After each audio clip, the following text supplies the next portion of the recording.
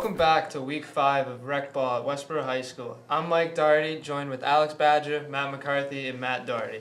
So the first game of the week was Hogan versus Grossman. Hogan ended up on top in a 45-29 victory. Guys, what do you think about the game? It was definitely a lackluster game from Grossman. Once again this week with Jack Phelps, their star player, putting up 20 of their 29 points, and then Calhoun with a career high of 2 3-pointers Huge to help game out from the him team. this week. Yeah.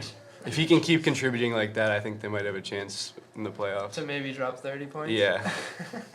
I mean, it's so hard to win games with scoring under 30 points. Like, you can't rely on Phelps scoring 20. That's a great stat for him, but like he's gonna need help going down further in the future in order if he wants to win. Absolutely. And Team Hogan, they're not winning too many games this year, but it was good to see a nice little performance out of Ryan Primo with 16, and Noah Yeager's been getting a consistent 10 to 12 the entire year, which is huge for them. Yeah, I like Noah's game. Noah's Yeah, he's definitely a developed good into a player. very solid rec ball player. For sure. I know Primo just came back from a recent foot injury, but I think he's a player who can and should be scoring 20 points a game for his team. And I think if they do that, they'll be winning a few more games. I think he's on the come up. Yeah. I think He's All-Star breaks figuring out over how for big- Ryan how Primo. big He's he coming is, back yeah. out. All right, so the next game The was, game of the week, arguably. Persani versus Schiffman. I personally was a little disappointed. I really wanted one of our co-hosts, Schiffman, to pull out a dub, but they lost by 9 in a 50-41 victory for Team Persani. Yeah, honestly, last week's episode, I picked Team Schiffman to take this one, and I felt pretty confident going into it. And even at some points during the game I did, but they were down big at some points also. And I'm excited to see what they're able to do next week, coming off that loss. Bersani is just such a deadly team because when you have Pete and Brendan, you can't stop both of them, and then when they're both playing consistently good, like 18 and 17, that's an average stat for those two players. And like even at that, like if they're both scoring around that many points, it's hard to stop a team when you have two consistent scorers like that. And I know last week on this show, Quinn called Pete the Robin to Brendan's Batman, and Pete took that relatively personally, and it's showing as Pete's been scoring more than Brendan, and it's great that they have two very solid scoring options like that. I think Team Schiffman definitely played a great defensive game because they did only drop 50, and Pete and Brendan combined for less than 40 points, which is they had them exactly where they wanted to be.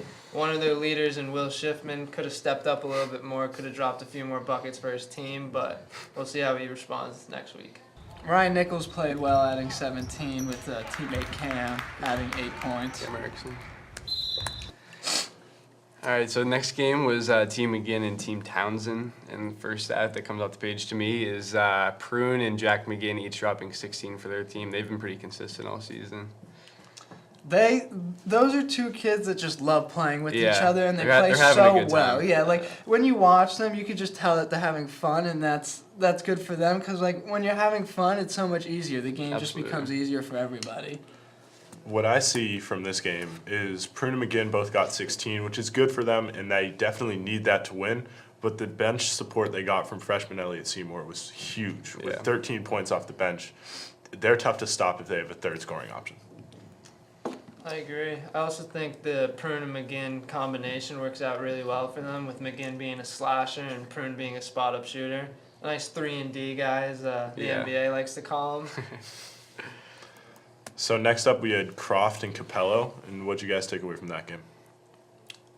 Keith, I love Keith's Keith. game. I think Keith is a fantastic player, and just the energy he provides to his team, and like you could tell whenever he's out on the court, everybody just smiles because they love to watch Keith play, and like that helps his team out. That gives his team nice motivation, nice little energy boost, and like who just doesn't love to watch Keith play? I think another player who stepped up big this week was Maxwell Sosdy, dropping a big old 8 points in the game. That's might be a career high for him, and it's great to see him out there having some fun and dropping some buckets. Also 8 points from freshman Hayden Goulet. It's good to see another freshman making the scoring list this week. And Ryan French needs to score more than 12 points if Team Capella is going to keep winning. And I really think they can be a threat to some of the bigger teams up there come playoff time. But Ryan French needs to play like the MVP Yeah, candidate that he I'm is. honestly surprised he hasn't been having the big games he had last season. He was quote unquote sick this week, though. Okay, So that's fair. we'll see how he responds next week. See if he can get more than 12 Get points. better, Frenchie. And lead and lead his team to the Feel better victory. soon. Next up, we had Meyer versus Hogan, with Meyer just barely squeaking out a 42-39 victory over Hogan. And right off the bat, you see Zach dropping 23 points. And a just- tooth. Oh yeah, and a little chipped That's tooth rocky. in that game too. But like, it's just Oh, that's classic That's Zach wrong, right Zach, there. I guess. Oh, wrong Is Zach. it? No, it's not. No, No, that's Meyer, bro. yeah, I'm sick. My bad. it's all right. Bad you had me questioning this. Oh man. All right, but anyways, 23 out of Zach. That's what you expect. Yeah, like, honestly. It's just that's a nice stat for him to have. They didn't let him ball out too much, but they also couldn't really stop him. And also, Anirban has been steadily improving throughout this year, and he's becoming more consistent over time, which is Yeah. something that will be huge for that team. Especially come playoff time. Yep. Next up, we have Lass versus Meyer, which was also a very close game. Lass pulled away at the end, but winning by 2, 59-57. I think this was the highest scoring game of the week. No, it wasn't the second highest scoring game of the week, but it's a pretty good game nonetheless. Josh Sternberg putting in 22 points. That's fantastic for them. Josh Sternberg's been a pick that's paid off well for them this year, and overall, as they get better as a team, the chemistry keeps building. They're going to be very, very solid. Agreed. And like you said, Anirban also with 13 points, just a nice consistent player to have on any rec ball team.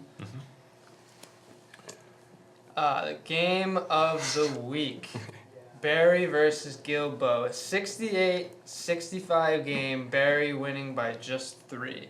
This was a great game. 37 points from Jackson Berry this week. That might Pretty be the good most points scored in performance. rec ball in a couple of years.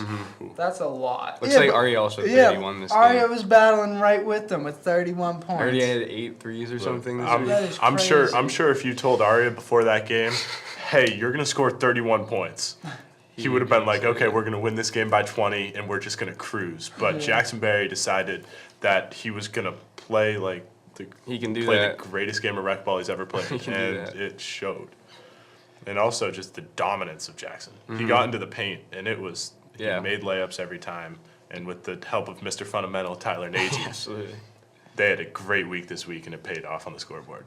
I know Guilbeau is a pretty good team, but I was not expecting them to only lose by 3. I thought Barry would have pulled out at least a 10-point victory, but this is very promising for Team Guilbeau. Yeah, Absolutely. Also, MVP case being made for Jackson Berry in these past couple games. definitely. I don't know if there's anyone else contending with him at this point. Yeah. It looks like a clear front runner and MVP for Jackson. And also, it's going to be interesting to see how Team Guilbeau responds with a bunch of new players to rec ball. They got their first loss this week, and it's going to be interesting to see how they bounce back next week as they approach the playoffs. Absolutely. All right, well, that's all we have time for today. See you next time.